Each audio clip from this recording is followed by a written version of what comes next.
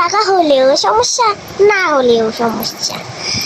টাকা হলে রাতে ঘুমানো যায় না, টাকাগুলোকে চুরি করে নিয়ে যাবে আমার মামা। আর টাকা না হলে?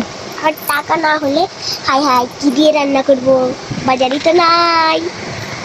তাহলে সমাধান কি? তাই তো জানি না। টাকা হইলেও সমস্যা, না হইলেও সমস্যা, তাহলে কি করা যায়?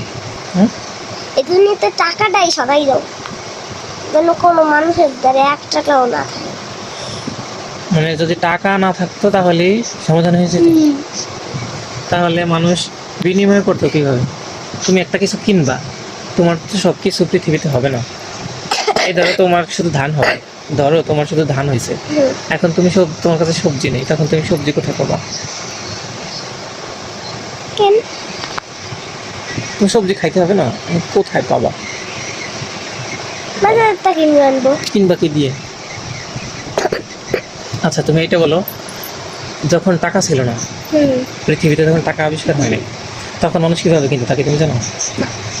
তাহলে শোনো, যখন টাকা ছিল না তখন মানুষ করতো কি, যার ধান হয়েছে সে ধান দিত যার সবজি আছে তাকে, আর যার সবজি হয়েছে সে সবজি দিত। মানে ধান আর সবজি বিনিময় করে পরে হচ্ছে তারা বেঁচে থাকতো। সেটা বুঝছো? কারণ সবার সব কিছু তো হবে না, যার যা আছে সে তাই দিয়ে বিনিময় করতো। এখন তো ওই যুগ নাই, এখন তো আধুনিক যুগ। এখন এই আধুনিক যুগে কি উপায় করা যায়? ওই উপায়টা কি আবার আনা যায়? ওইটাই কি বেটার ছিল, ভালো ছিল, নাকি এখন অন্য কিছু আইডিয়া করা যায়? মনে হয় ওইটাই ভালো ছিল আগের যুগে।